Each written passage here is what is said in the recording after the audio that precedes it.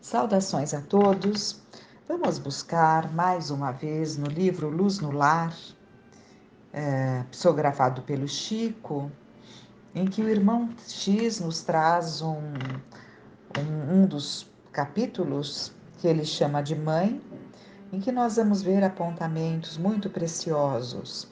Todos esses apontamentos, todas essas páginas visam enriquecer aquele momento do Evangelho no Lar que fazemos semanalmente, com dia marcado, com hora marcada, em que nos reunimos, se possível, com todos os familiares. Aqueles que não queiram devem ser convidados a estar.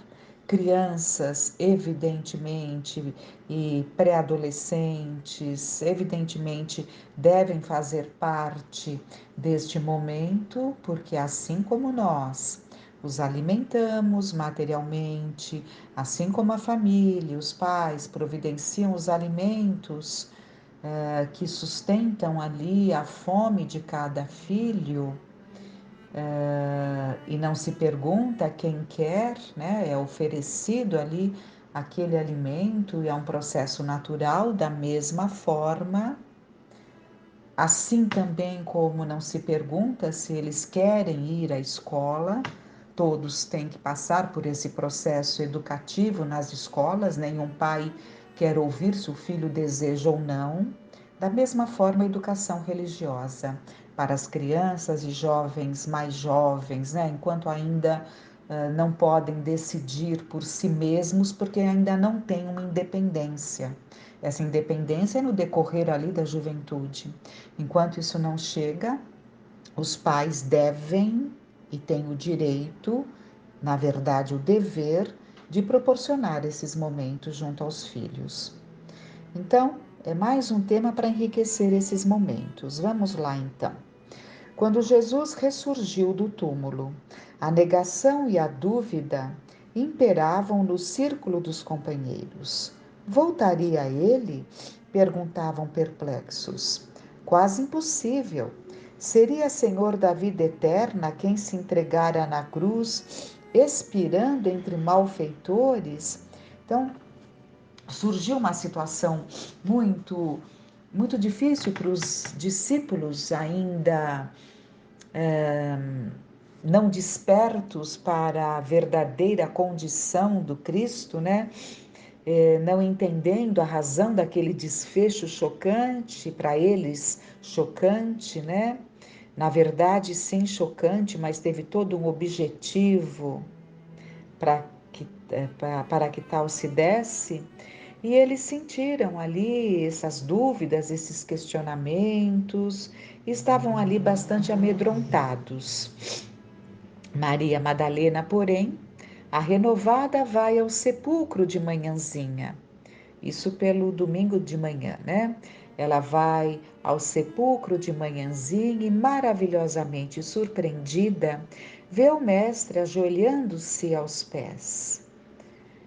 Ouve-lhe a voz repassada de ternura, fixa-lhe o olhar sereno e magnânimo. Entretanto, para que a visão se lhe fizesse mais nítida, foi necessário organizar o quadro exterior. O jardim recendia de perfumes para sua sensibilidade feminina. A sepultura estava aberta, compelindo-a a raciocinar. Para que a gravação das imagens se tornasse bem clara, lavando-lhe todas as dúvidas da imaginação, Maria julgou a princípio que via o jardineiro. Antes da certeza, a perquirição da mente precedendo a consolidação da fé. Embriagada de júbilo, a convertida de Magdala transmite a boa nova aos discípulos confundidos. Os olhos sombrios de quase todos se enchem de novo brilho.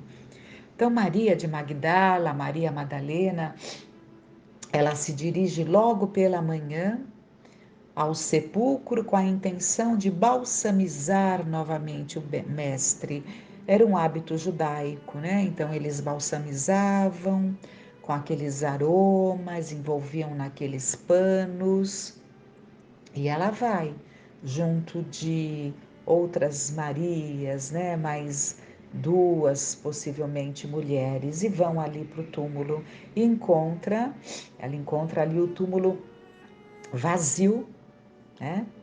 Apenas havia ali aquele manto e ela sai ali, onde ele está, ela sai e vê Jesus materializado e ela cai de joelhos.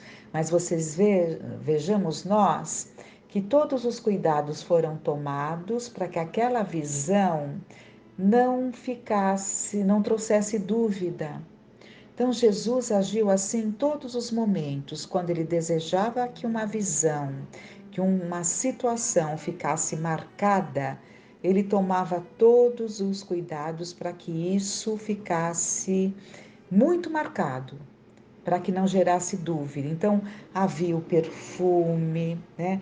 Aquela presença tão forte que ela queria tocar em Jesus, ele que disse: Não, não, Maria, não me toques.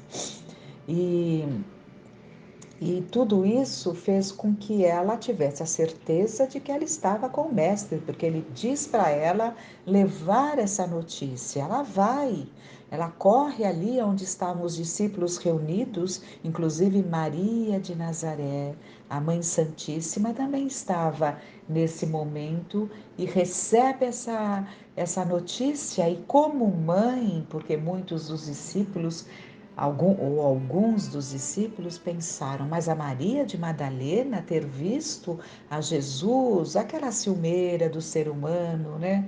Aquelas dúvidas, aqueles questionamentos, mas a Mãe Santíssima imediatamente acatou e disse que, assim, assinando embaixo da notícia que Maria de Madalena havia trazido. E continuando então, os olhos sombrios de quase todos se enchem de novo brilho. De quase todos, viu? Vimos quase todos, porque alguns ainda ficaram com as dúvidas, como falamos.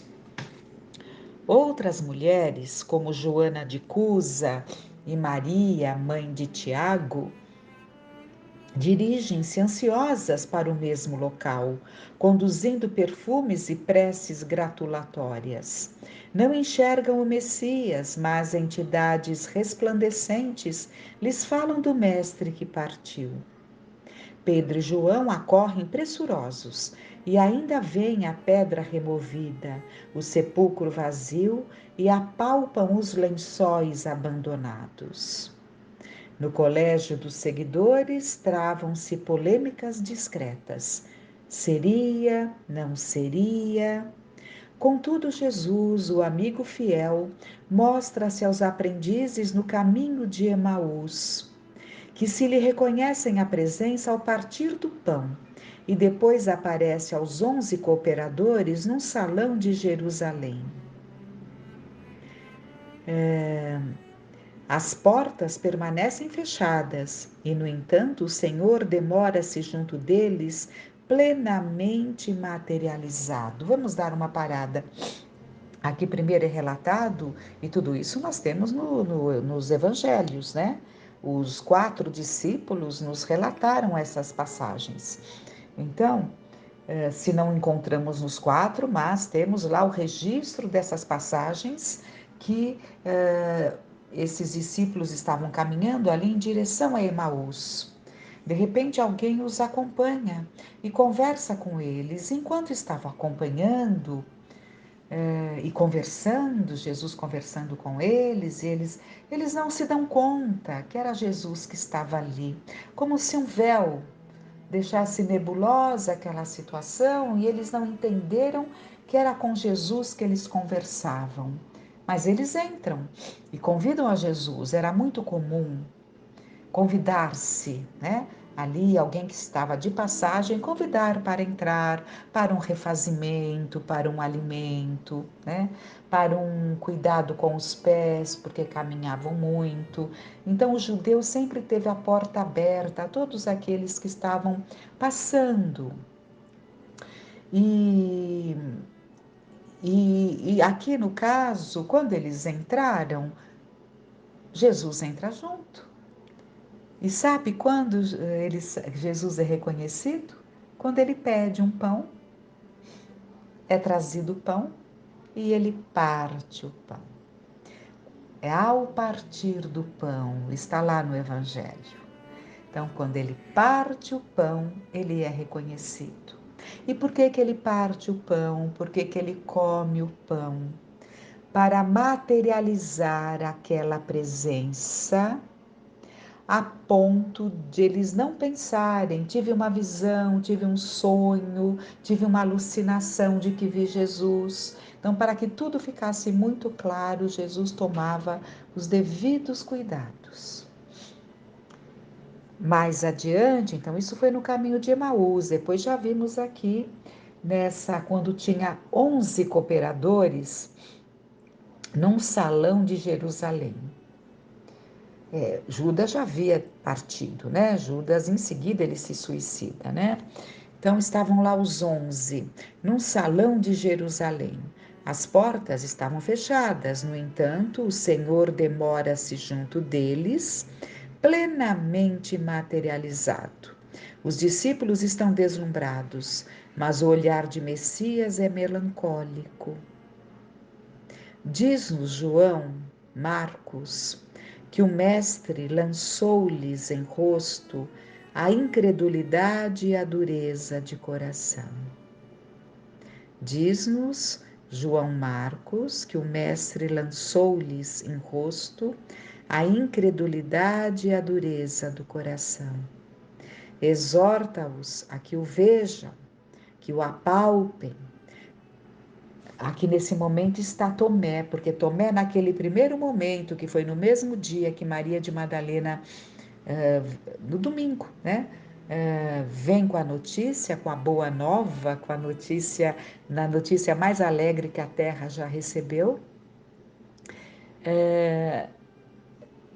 Tomé não estava naquele dia, e nesse dia Tomé estava. Então, exorta-os a que o vejam, que o apalpem. Tomé chega a consultar-lhe as chagas para adquirir a certeza do que observava. Por isso tem aí aquele ditado, né? Sou São Tomé, porque Tomé precisou ver, apalpar para crer, né? O celeste mensageiro faz-se ouvir para todos. E mais tarde, para que se convençam os companheiros de sua presença e da continuidade de seu amor, segue-os em espírito no labor da pesca. Simão Pedro registra-lhe carinhosas recomendações ao lançar as redes e encontra-o nas preces solitárias da noite. Então, houve muitos momentos de Jesus ali com eles, né? Nós sabemos que aquele momento em que as redes ficaram lotadas, acho que até falamos há pouco isso, ele já estava em espírito, ele já estava com o corpo espiritual materializado, porque já tinha se dado a crucificação. Em seguida, para que os velhos amigos se certifiquem da ressurreição, materializa-se no monte, aparecendo a 500 pessoas da Galileia. Essa foi a última aparição materializado para que muitos vissem. Depois, possivelmente, evidentemente, casos individuais, aí é da condição de cada um, né? Que não temos os registros.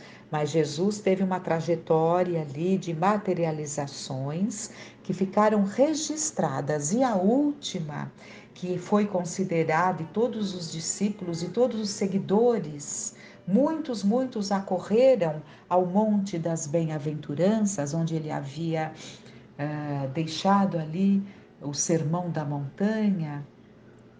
acorreram àquele ambiente, né, ao pé daquele monte, porque sentiam que era ali que haveria a despedida. Aqueles mais perceptivos, aqueles que mais ligados a Jesus captaram. E tudo aquilo, e essa notícia se espalhou ali para aqueles seguidores e estavam ali. Estavam ali os 500 da Galileia, esses 500 que vieram de tempos em tempos ali, porque Jesus alertou-os nesse momento que eles viriam, voltariam muitas vezes, colaborando com a causa, colaborando para a sedimentação dos ensinamentos do Mestre. Então, ele materializa-se num monte, aparecendo a 500 pessoas da Galileia. No Pentecostes, a fim de que os homens lhe recebam o evangelho do reino, organiza fenômenos luminosos e linguísticos, valendo-se da colaboração dos companheiros antijudeus e romanos, partos e medas, gregos e elamitas, cretenses e árabes. Maravilha-se o povo, habitantes da Panfilia, da Líbia, do Egito, da Capadócia, ouvem a boa nova no idioma que lhes é familiar. Esse dia foi sublime, foi chamado do dia de Pentecostes. Estavam todos ali naquela praça. Todos esses povos se reuniram ali, e estava repleta de gente quando os discípulos começaram a falar em outras línguas. No Evangelho nós encontramos como as línguas de fogo, né? Então a mediunidade eclodiu naqueles discípulos que começaram a falar em diversos idiomas.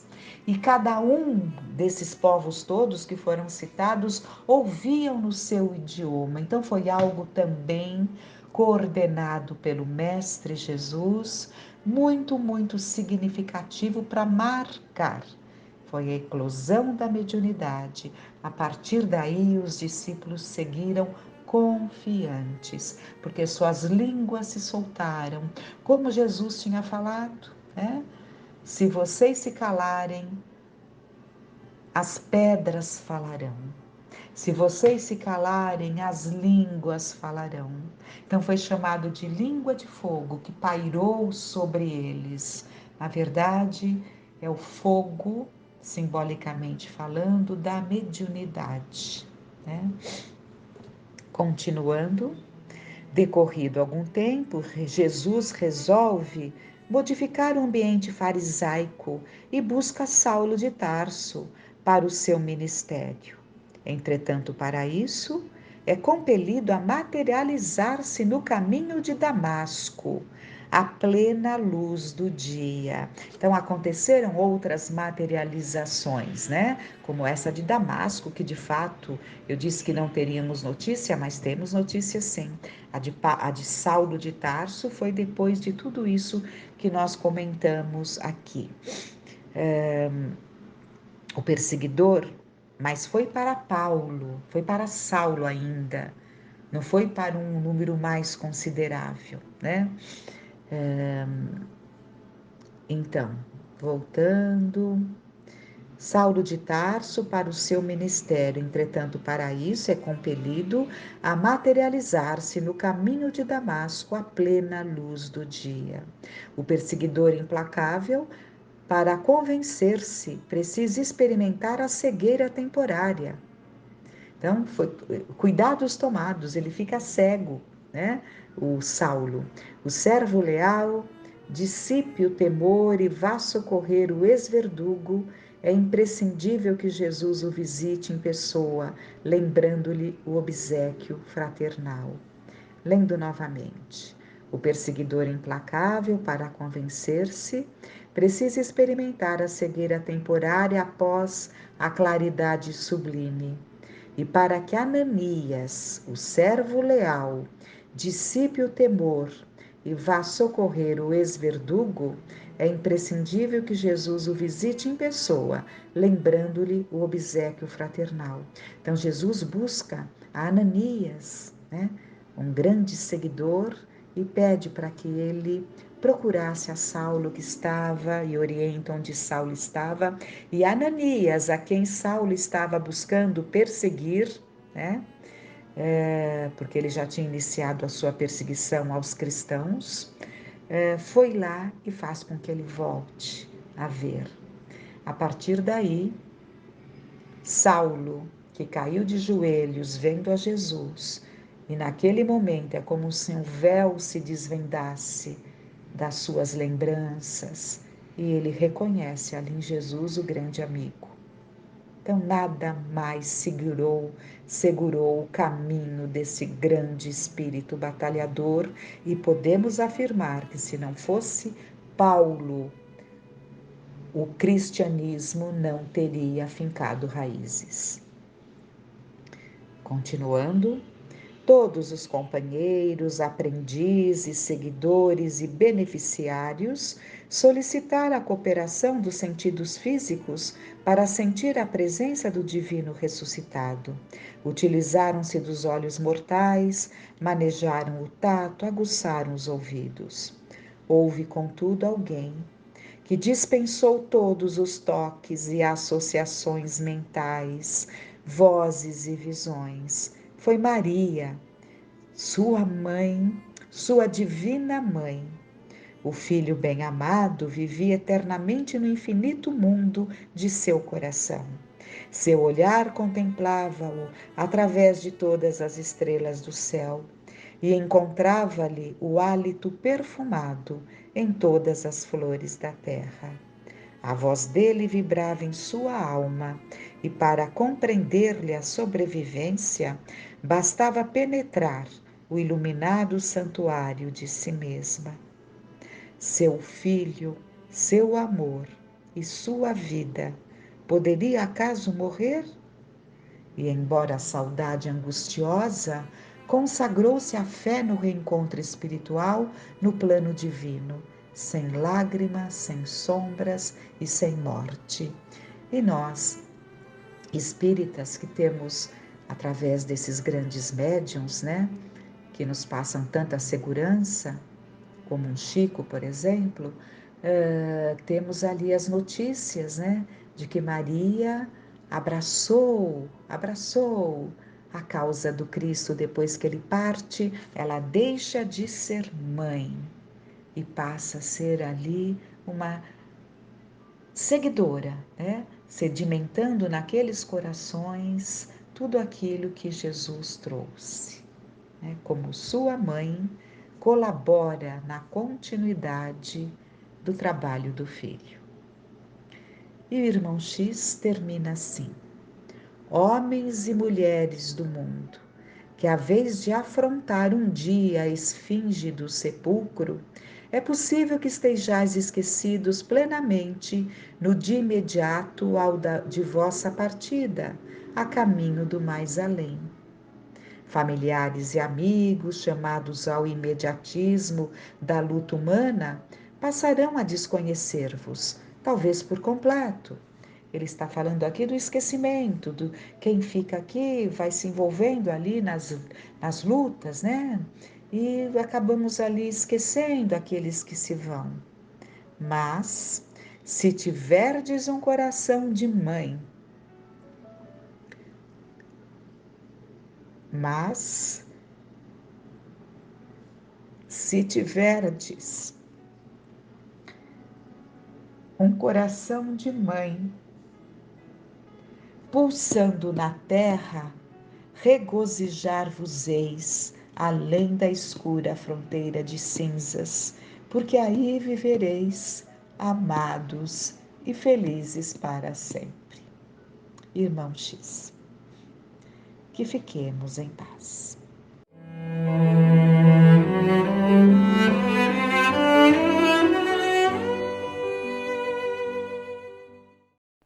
Olá pessoal, tudo bem? Vamos continuar o estudo do livro Mereça Ser Feliz, Superando as Ilusões do Orgulho. Capítulo 9, Karmas Imaginários. Já desde esta vida, poderemos ir resgatando as nossas faltas? Sim, reparando-as, mas não creiais que as resgateis, mediante algumas privações pueris, ou distribuindo em esmolas o que possuirdes depois que morrerdes, quando de nada mais precisais. Deus não dá valor a um arrependimento estéril, sempre fácil e que apenas custa o esforço de bater no peito. A perda de um dedo mínimo, quando se esteja prestando um serviço, apaga mais faltas do que o suplício da carne suportado durante anos, com objetivo exclusivamente pessoal.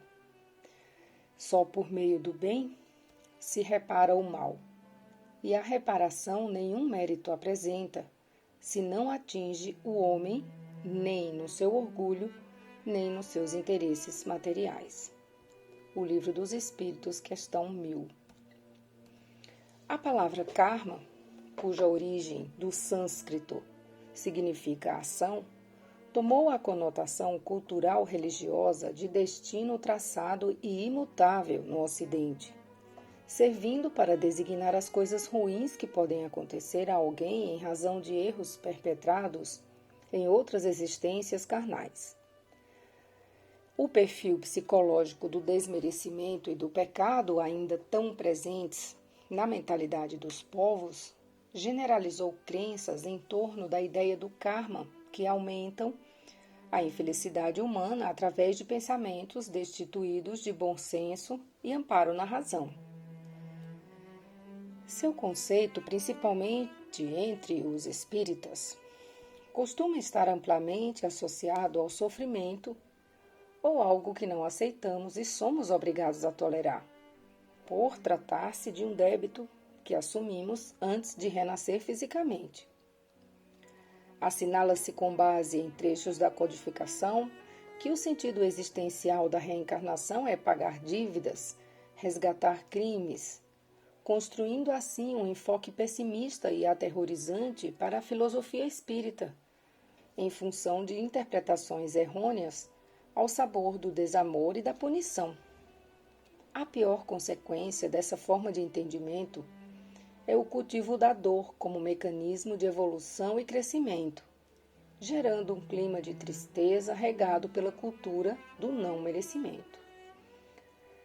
Disse que é necessário tolerar com resignação todas as provas, e adota-se uma postura de incondicional passividade ante as lutas, usando de tolerância orgulhosa ante as infelicidades da vida. Entre pessoas que vivem nesse regime, a dor assume a feição de um troféu importante de se exibir, e passa a ser heróico falar da quantidade de dificuldades para dar a impressão do tamanho do karma. É um fenômeno comportamental sui generis, porque, em verdade, é mais uma faceta da vaidade, que teima em se manifestar, ostentando subliminarmente a elevação espiritual que logrará essa criatura tão logo ao desencarnar, já que se convencionou a ideia de que quanto mais sofre, mais espiritualizado estará. Essa perspectiva nada tem a ver com a autêntica revelação espírita, que foi trazida ao mundo para consolar e libertar, objetivando oferecer ao homem os recursos para trabalhar por sua felicidade. A codificação é um conjunto e, se analisarmos trechos isolados, faremos análises precipitadas. Essa postura de resignação passiva é atavismo religiosista, proveniente da formação dos últimos milênios, na qual estipulou-se o conceito do eu pecador, na desvalorização do homem perante Deus e o mundo, inserindo a culpa e a ausência de méritos como os valores a serem cultuados. Os reflexos desse estado psicológico fazem-se sentir através do perfeccionismo, da autopunição, das cobranças exacerbadas e da inaceitação de si mesmo. A sabedoria do Espírito Verdade vem em nosso socorro quando diz: só por meio do bem se repara o mal, e a reparação nenhum mérito apresenta, se não atinge o homem nem no seu orgulho, nem nos seus interesses materiais. Existem muitos corações respirando nesse regime de dor como fonte de salvação, que se encontram revoltados, inconformados, odientos e prestes a cometer um mau ato, alimentando a infeliz concepção de que estão queimando seus débitos, esforçando-se acentuadamente para manterem a resignação dentro dessa perspectiva de passividade plena na espera de que Deus e os bons espíritos venham mudar as coisas. São os karmas imaginários, a representação mental distorcida da realidade. Uma situação que amplia o sofrimento do homem por ausência de sensatez e de amor a si mesmo. São imaginários porque nem sempre correspondem aos verdadeiros lances de aprendizado projetados antes das reencarnações, acumulando dores voluntárias para seus cultores, por imaginar que todos os problemas pelos quais passam têm origem em deslizes cometidos em outras existências corporais. Em uma análise feita daqui para o mundo físico, constatamos que pelo menos 2/3 dos sofrimentos humanos provêm da imprudência e de escolhas mal feitas, não sendo real atribuir a outras existências esse uso do livre-arbítrio. O discernimento poderá comprovar essa realidade. Além da improbabilidade real de muitos fatos estarem submetidos à lei de causa e efeito, devemos considerar que a finalidade do sofrimento é aprender. E se mantivermos uma resignação de fachada, sem atingir o homem no seu orgulho e nos seus interesses materiais, de nada nos valerá a dor, causando ainda muitos problemas na vida imortal. Se continuarmos ao lado dessa ou daquela pessoa, em nome de karmas originados de um passado suspeito e não confirmado, estaremos trabalhando pela nossa infelicidade, apenas suportando uma tolerância estática, quando o propósito divino das provações é o crescimento, a libertação e o aprendizado. Resignação ativa. Se nos mantivermos nessa ou naquela posição social por karma, em decidida preguiça de melhorar, estaremos adiando uma provável opção de Deus, isso entre aspas, em nosso favor, por não agirmos para sair das situações incômodas. Isso não nos deverá, em hipótese alguma, incentivar as decisões de fuga e abandono dos compromissos, porque, em verdade, estaremos assim fugindo de nós próprios, transferindo para os novos relacionamentos ou lugares as mesmas mazelas anteriores. Resignação, sim, mas ativa e otimista. Tolerância construtiva nos relacionamentos, para que haja crescimento.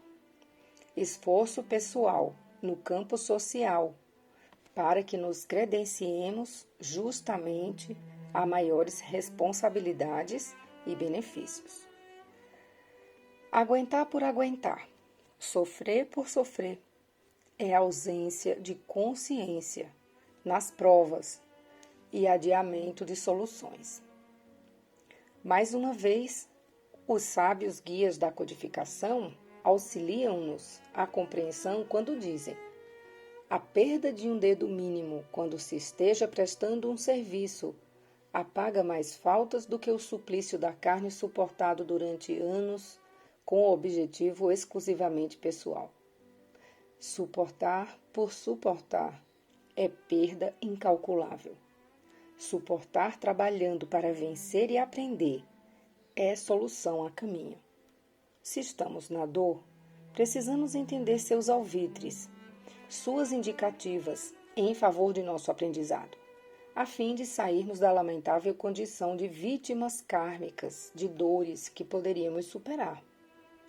Sejamos otimistas e pensemos com merecimento e autoestima, fugindo de atribuir conotação enfermiça à existência através de comparações com os amigos e conhecidos, lamentando não estar na posição feliz em que supostamente se encontram. Lutemos pela nossa felicidade, eliminando os karmas adicionais, crendo e vivendo firmemente o seguinte projeto de vida: eu mereço ser feliz. Estejamos certos que esse é o projeto de Deus para todos nós. Aceitemo-lo ainda hoje e cultivemos o sentimento de que merecemos a felicidade. Agora eu vou pegar o capítulo 5 do Evangelho segundo o Espiritismo, Bem-aventurados os aflitos. Item 3, Justiça das aflições. As compensações que Jesus promete aos aflitos da terra somente podem realizar-se na vida futura. Sem a certeza do futuro, estes ensinamentos morais seriam um contrassenso. Ou, bem mais do que isso, seriam uma enganação. Mesmo com essa certeza, fica difícil de se entender a utilidade do sofrimento para ser feliz. Disse que é para ter mais mérito. Mas então surge a pergunta: por que uns sofrem mais do que outros?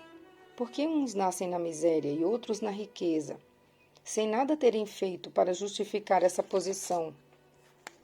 Por que para uns nada dá certo, enquanto para outros tudo parece sorrir?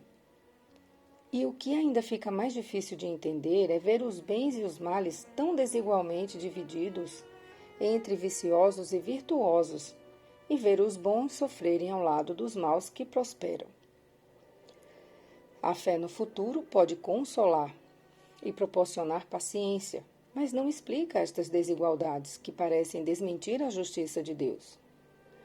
Entretanto, desde que se admita a existência de Deus, só se pode concebê-lo em suas perfeições infinitas. Ele deve ser todo-poderoso, justiça, todo bondade, sem o que não seria Deus. Se Deus é soberanamente justo e bom, não pode agir por capricho, nem com parcialidade. As contrariedades da vida têm, pois, uma causa, e uma vez que Deus é justo, essa causa deve ser justa. Eis do que cada um deve se convencer. Deus, pelos ensinamentos de Jesus, colocou os homens no caminho da compreensão dessa causa, e hoje considera-os suficientemente maduros para compreendê-la. Eis porque a revela inteiramente pelo Espiritismo, ou seja, pela voz dos Espíritos. Item 4. Causas atuais das aflições. As contrariedades da vida são de duas espécies, ou pode-se dizer de duas origens bem diferentes, as quais é muito importante distinguir. Umas têm sua causa na vida presente, outras não nesta vida. Ao buscar as origens dos males terrenos, percebe-se que muitos são a natural consequência do caráter e da conduta dos que os sofrem. Quantos homens caem por causa de sua própria culpa? Quantos são vítimas do seu desleixo, imprevidência, orgulho e ambição? Quantas pessoas arruinadas pela desordem, desânimo, má conduta ou por não limitarem seus desejos? Quantas uniões infelizes, fruto do interesse e da vaidade, e nas quais o coração não serviu para nada? Quantos desentendimentos e desastrosas disputas se evitariam com um pouco mais de calma e com menos melindres? Quantas doenças e enfermidades resultam da imprudência e excessos de toda ordem?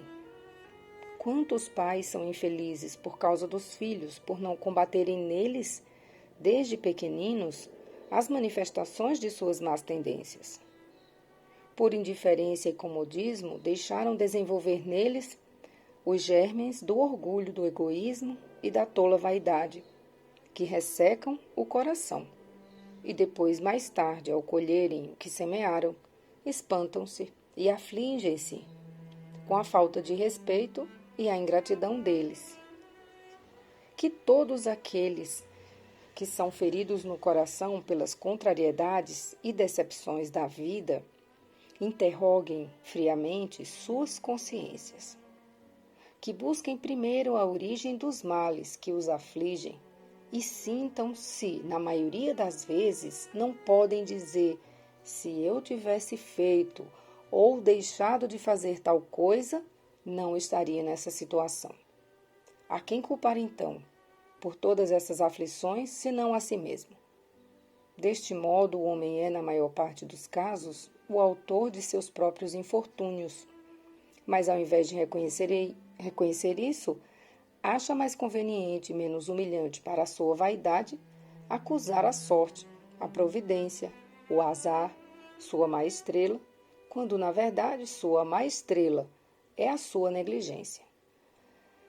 Os males dessa natureza formam seguramente a grande maioria das contrariedades da vida, e o homem os evitará quando trabalhar para o seu aperfeiçoamento moral e intelectual.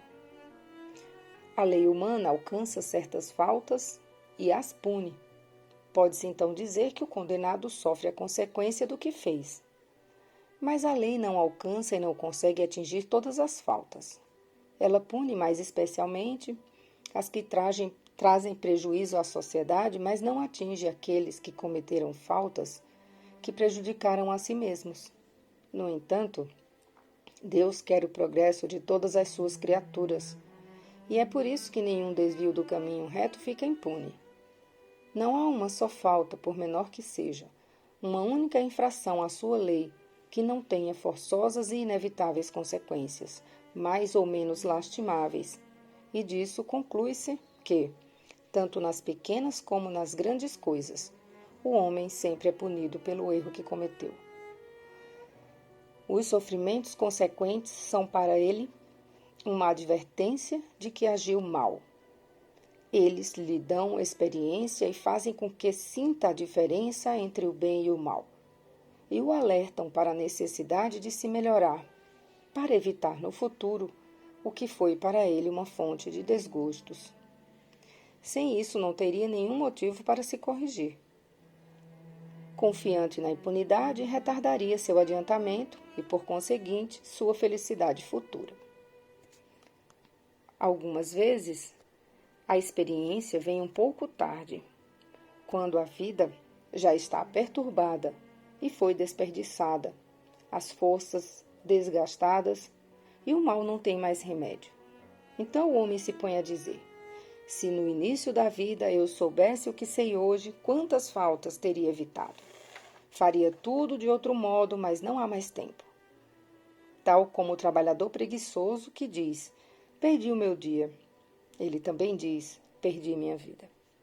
Mas da mesma forma que o sol se levanta no dia seguinte para o trabalhador e uma nova jornada começa e lhe permite recuperar o tempo perdido após a noite do túmulo, também brilhará para o homem o sol de uma nova vida, na qual poderá tirar proveito da experiência do passado e de suas boas resoluções para o futuro. Eu termino com a passagem de Lucas. Bem-aventurados os que choram, pois serão consolados. Bem-aventurados os que têm fome e sede de justiça, pois serão saciados. Bem-aventurados os que sofrem perseguição por amor à justiça, porque é deles o reino dos céus. Esse é de Mateus 5, 5 e 6. Bem-aventurados vós que sois pobres, pois o reino dos céus é para vós. Bem-aventurados vós que agora tendes fome, pois sereis saciados. Sois felizes vós que chorais agora, pois rireis. Lucas 6, 20. Mas ai de vós ricos, que tendes vossa consolação no mundo. Ai de vós que estáis saciados, pois tereis fome.